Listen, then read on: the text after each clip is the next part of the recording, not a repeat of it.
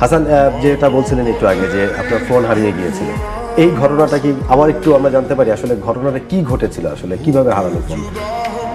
মোহাম্মদপুরে আমরা মানে ড্রেসিং করার কোনো রুম ছিল না আর কি, আমরা বারান্দায় ড্রেসিং করতেছিলাম।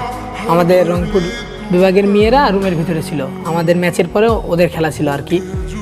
এটা কি মানে প্রথম ম্যাচেই? না না, সেমিফাইনাল ম্যাচ। সেমিফাইনাল।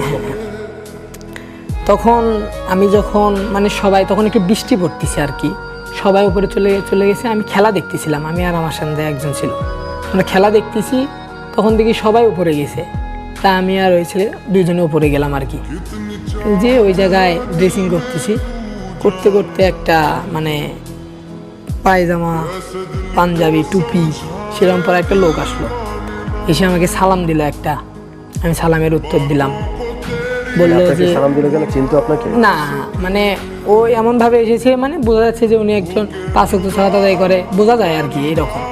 তা আমি এসে মানে শুধু সালাম কি আপনাকে দিয়েছিল না আশেপাশে যারা? না, আমাকে দিয়েছিল শুধু। আমি আমার পিছনের পকেটে টাকা ছিল কিছু আর মোবাইল ছিল, আমি টাকাটা বের করলাম, পরে মোবাইলটা ছিল আর কি, আগের একটা ফোন ছিল সেটা সহ মানে আমার বারান্দার জুতার কাছে রাখছি আর কি।